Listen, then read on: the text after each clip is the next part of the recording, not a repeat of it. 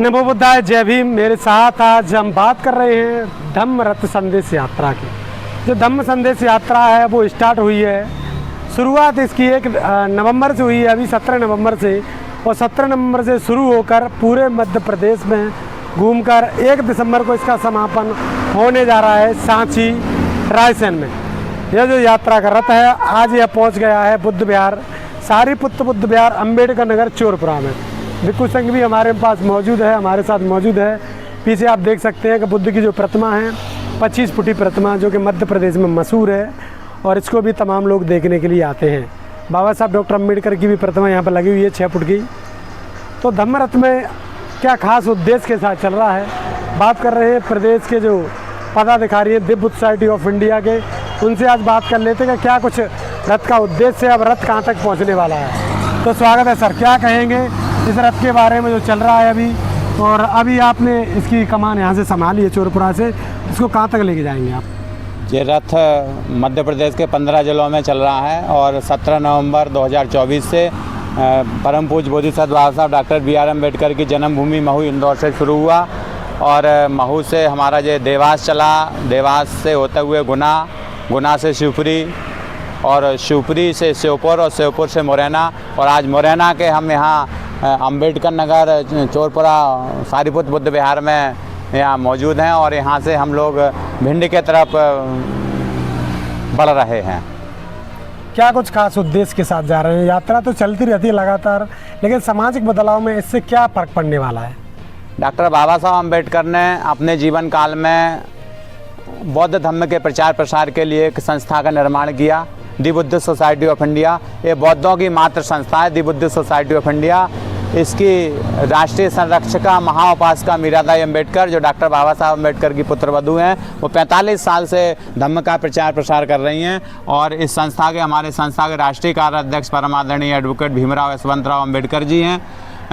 उनका उद्देश्य भारत को बौद्धमय बनाना, बाबा साहब अम्बेडकर की संकल्पना को बौद्धमय करना और भारत को बौद्धमय बनाना, संस्था को घर घर तक ले जाना, बाबा साहब अम्बेडकर, तथागत बुद्ध और सम्राट अशोक के मानवीय संदेशों को जन जन तक ले जाना, 22 प्रतिज्ञाओं के माध्यम से, पंचशील के माध्यम से लोगों को प्रशिक्षित करना और लोग धम्म को समझें, धम्म की गहराइयों को समझें। इसी के माध्यम से संस्था के द्वारा 24 तारीख से विदिशा में एक सामूहिक बौद्धाचार शिविर का आयोजन किया गया है। 8 दिवसीय सामूहिक बौद्धाचार शिविर है। इसमें बौद्ध धम्म के आचरणों को समझने के लिए संस्था के द्वारा 24 प्रकार के जो शिविर होते हैं उसमें एक महत्वपूर्ण शिविर है सामूहिक बौद्धाचार शिविर। इसमें हम लोग विदिशा में इसको आयोजित कर रहे हैं और 1 तारीख का इसका समापन हम लोग सांची में करेंगे। सांची में इसका समापन करने के पीछे उद्देश्य है कि पूरे दुनिया से लोग वहाँ आते हैं। तथागत बुद्ध के 2 शिष्य सारीपुत्र और महामोद कल्याण जी की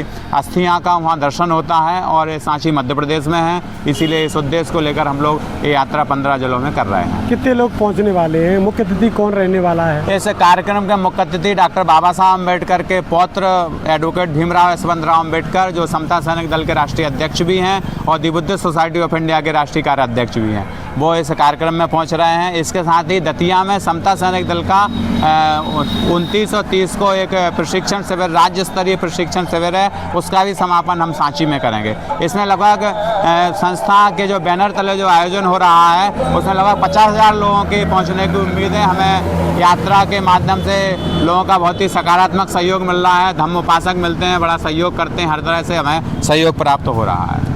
चलिए, तो आप सभी लोगों ने सुना कि सत्येंद्र बौद्ध जी जो के लगातार प्रयासरत हैं कि धम्म की जो गति है वो लगातार पूरे देश में आगे बढ़े हो। बाबा साहब डॉक्टर अम्बेडकर के प्रपुत्र यानी डॉक्टर भीमराव यशवंतराव अम्बेडकर जो कि लगातार धम्म की गति को आगे बढ़ाने में लगे हुए हैं। आज हम बात कर रहे हैं दिव्य सोसाइटी ऑफ इंडिया, यानी कार्यकर्ता निम्न गुणों का होना चाहिए। जो कार्यकर्ताओं के जो गुण हैं इसमें जो लिखे हुए आप समझ सकते हैं, शीलवान हो,